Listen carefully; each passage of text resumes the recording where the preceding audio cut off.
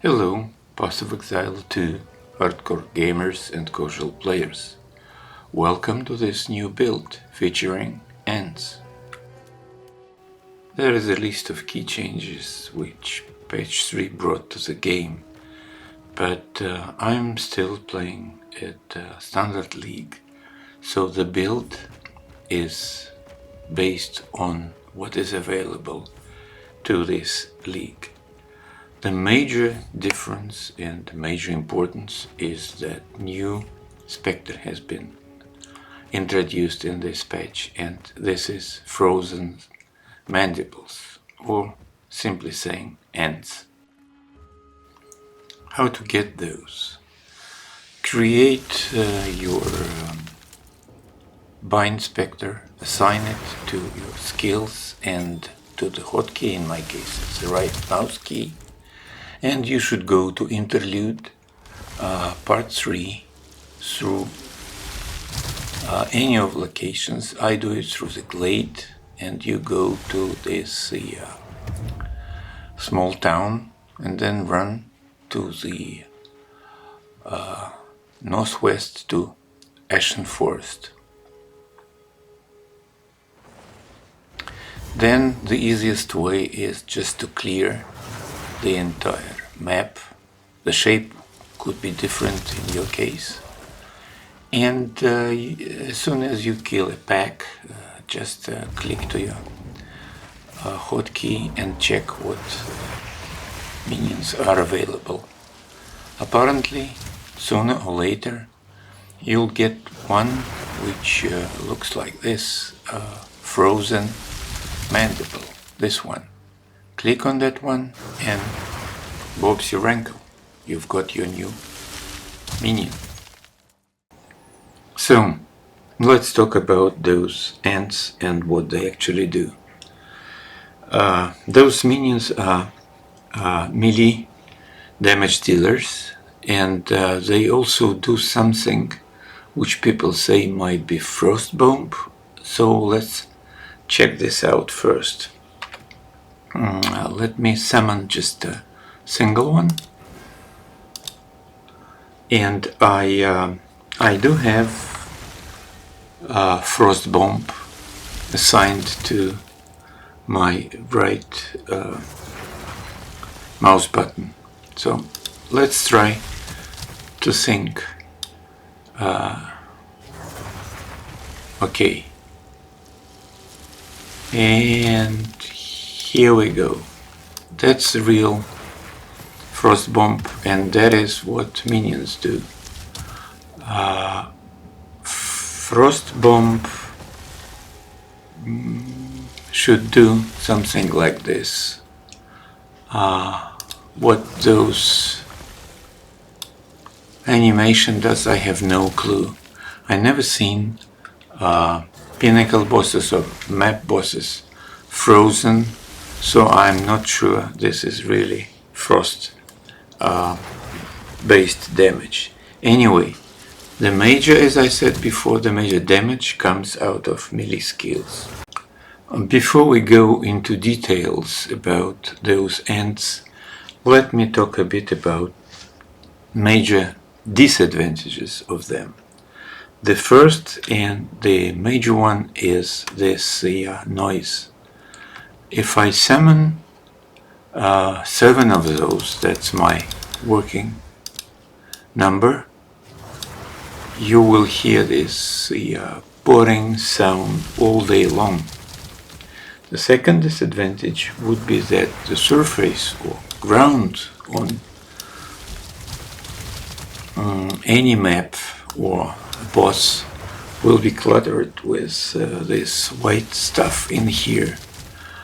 So you might not be able to see any curses that mobs or trash apply to you, and specifically for arbiter fight you may not see those fire circles. You should be in not to die instantly. And the last but not least, sometimes AI doesn't work well for them, and they stuck like here. I'll show that in a second. So that's what I've been talking about. Those two don't move, do any damage, and to enable them is the only way is to resummon those. Now let's talk about gear, which is essential part of any build. Let me emphasize, this is endgame build, and I've spent 1300 hours playing just the standard league to collect the gear, and it was a lot of time, efforts, and game currency divines to be where I am today. So let's go into some details. This is the second set of weapons. I'm still using this. That is from season 2 build. It cost me nothing. It doesn't do a lot of additional damage, but still some. It doesn't work simply because now it is mostly melee damage, and this the sigil of power, most efficient for casters. Scepter, that is from season 1. It has been acquired before it was allowed to do any sockets, apply any sockets to this one, but still, because of corruption, I still have a 19 plus spirit to this, and spirit is the major goal for this build. You should collect as much spirit as you can. More details will follow.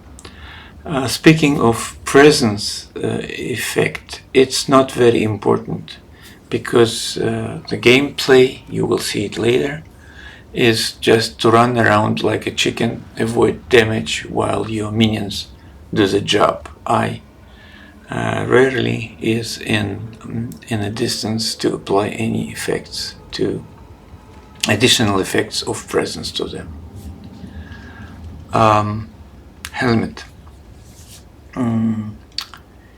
As you might see, that's one of the new stats which has been introduced in season 3. This is so-called reservation efficiency, and that is the way you could build your minions army. Helm has 2 sockets, so it's 12% increased reservation efficiency. Shield, that's, from my perspective, this is a must. Unfortunately, there are many fake builds on the internet. I call them paper builds, where people introduce something, they think it will work, but in real game it doesn't. For instance, they are replacing this composition of scepter and shield with the one of another weapon. This one, this mace, which has levels to all minion skills, and together with the scepter it will increase the total level. But as I said, from my perspective, this shield is a must because again it increases your spirit substantially. By the way, the second important stat is minion, all minion skills. In this build I have 10. Unfortunately, in season 2 they nerf scepter. It could have only 4 levels of all minion skills, but in total I have 10, and a bit more details on how to improve it will follow shortly.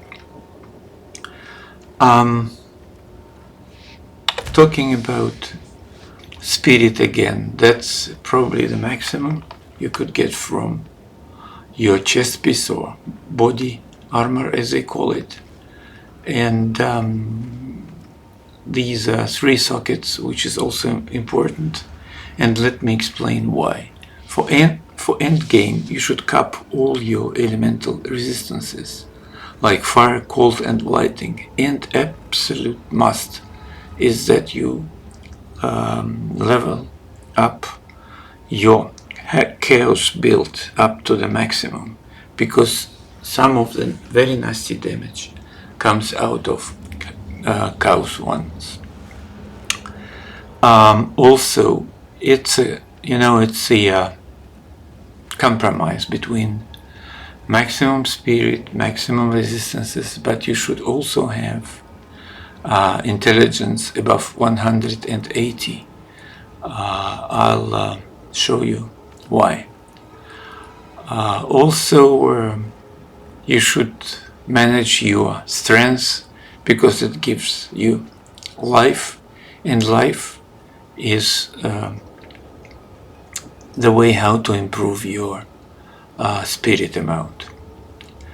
Well, nothing special here for this ring, but for this one I should show you something.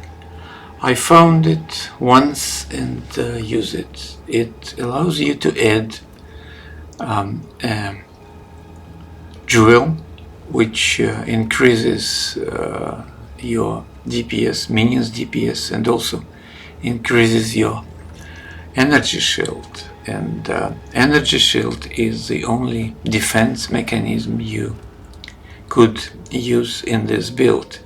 I should admit, which is very fragile character, and having this almost 9,000 energy shield is the only way to survive even in some tough fights. But besides that, this ring has very interesting effect. It's written that cold resistance is unaffected by area penalties. No words what it is, but look what happens with the cold resistance. It's now 75 maxed, and in total it's 103. Let me remove it. Oops, it's just 43. So in practice I may not need to cap cold using different gear. This ring does it all. Amulet.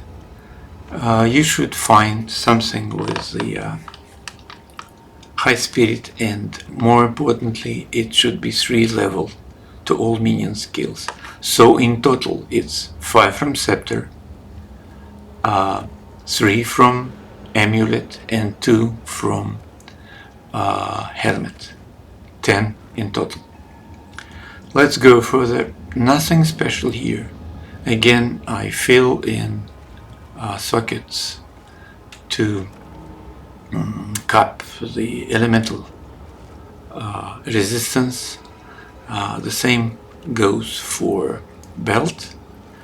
And let me spend a few more times on boots. Before patch 3 they were extremely slow, no additional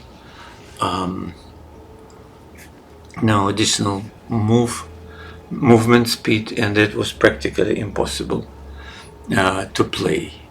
Then they've changed it in patch 3 and added movement speed, and having two runes in here with movement speeds, I've got almost the same amount as it was in patch 3 with non-unique boots. But that is the most important part, is that this reservation efficiency is 30%, which allows me to summon more minions for less spirit.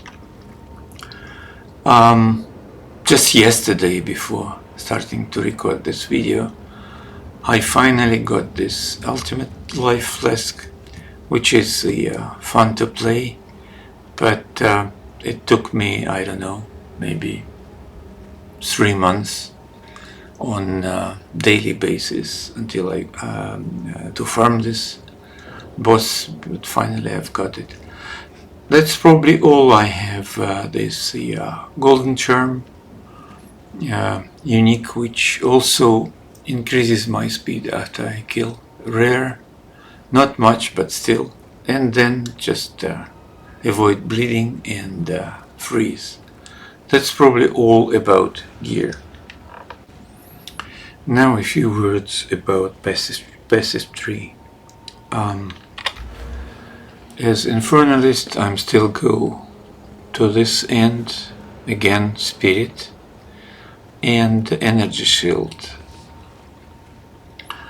For point allocation, there is not much of interest here. It's still the same as for Season 2. I'm keeping 4 jewels. 1, 2, 3, and 4 to maximize my minions DPS and my energy shield. And the only major change here is what is on my amulet. I'm using this profane commander again to increase my spirit. That is where a major change between season 2 and 3 happened. I've lost a lot of spirit, and somehow it is better than minions DPS on amulet. Now it's time to talk about skills, and I apologize, it will be a little bit noisy in background.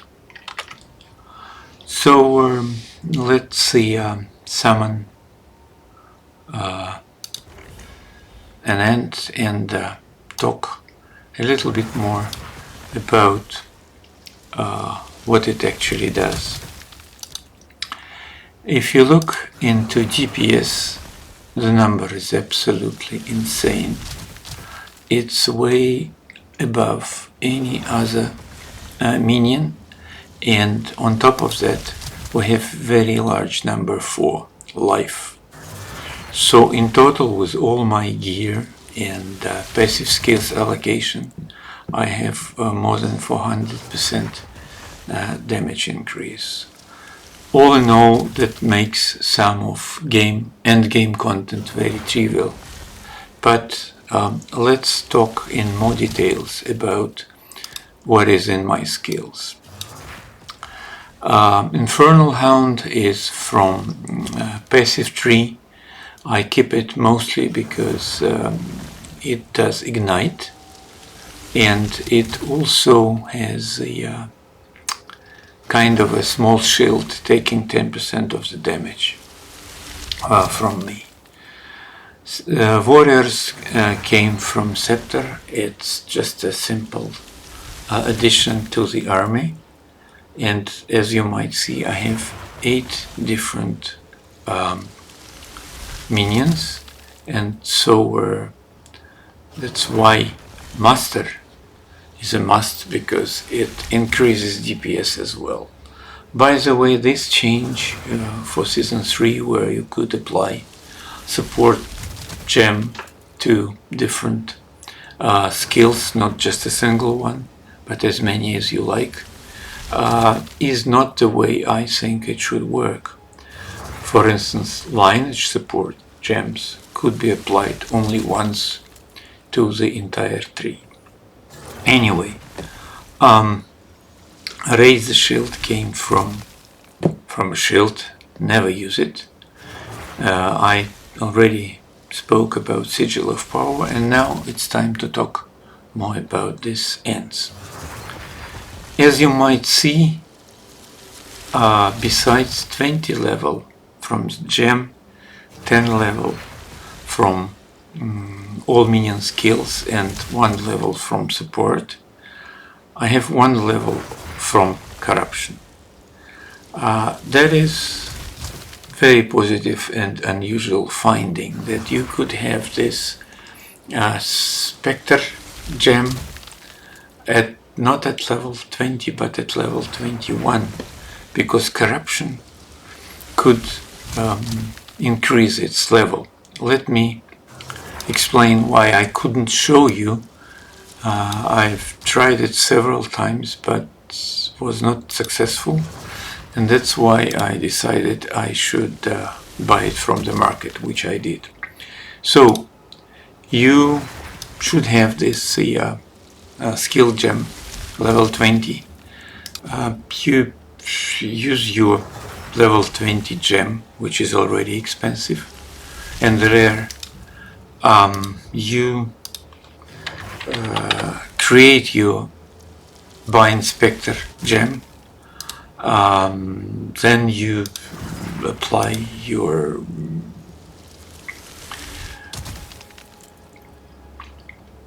Frozen to increase its quality to 20% up, and then you make it 5 gem socket, and then you apply your Wow orb to corrupt it, and if you're lucky you'll get it. As I said, I wasn't lucky enough and I purchased that one out of market. Why it is important? Because each level brings you something like 10% DPS increase, which is a lot. Now let me explain the support gem composition. Master is a must. That is, brutality brings more physical damage because it's mostly melee class, and that is very important. That is Dialla's desire, which I never seen dropped for me, so it has been bought out from the market, and I didn't know that and didn't notice that besides 1 level to support it and 10% to quality, it also has very interesting feature. It's a reservation multiplier, which in fact simply decrease cost of other minions a bit, which allowed me to summon 2 not very important but still additional minions to this composition within each of its class. So it was the Storm Mage and Skeletal Sniper. Again, it's more damage, more melee damage, and so on and so forth. Storm Mages, I've been farming these lineages as soon as season 3 came out, and this one is interesting because it makes mobs and bosses lightning resistance to 0, and I'll explain why it is important. Clerics cannot be killed. That's funny. They do their job, they are not expensive, so I just keep those 2, because even if one, it's not enough spirit to add anything else. Reavers, well, they also do melee damage, and they could break armor. I'll show that later. Snipers, keep them here just because they do have this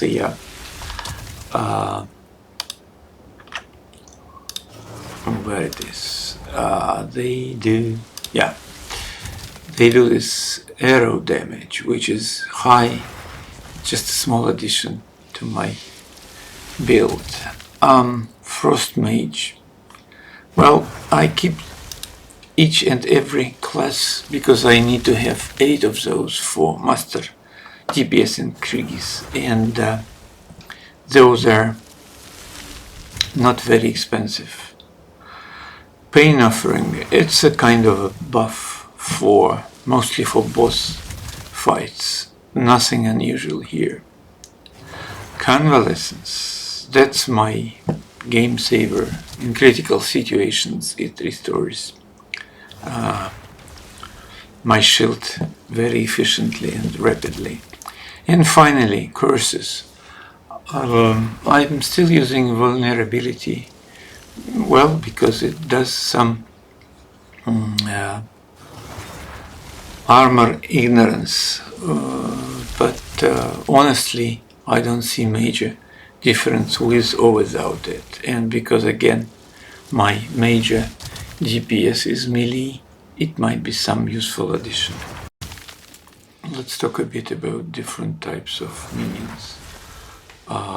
My selection is based on DPS, life and abilities, and in my composition I'm not using arsonists and brute because I actually don't see any additional value of those, and while brute could make war crime improving DPS by 10%, it is expensive, and in a real fight I don't see any major advantage of that. So finally, this is the team composition and DPS. I'm very impressed of the output I've got, and I never seen that numbers from any other minion build so far. Now let me explain how this build works using Arbiter as an example in the pop-up icons. So the first one is vulnerability, it's clear.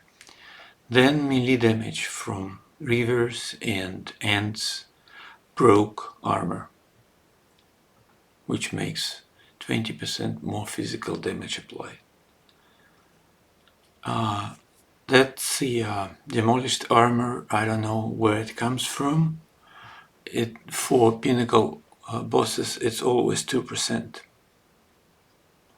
Then they are shocked by Storm Mages, which is additional 20% increased damage.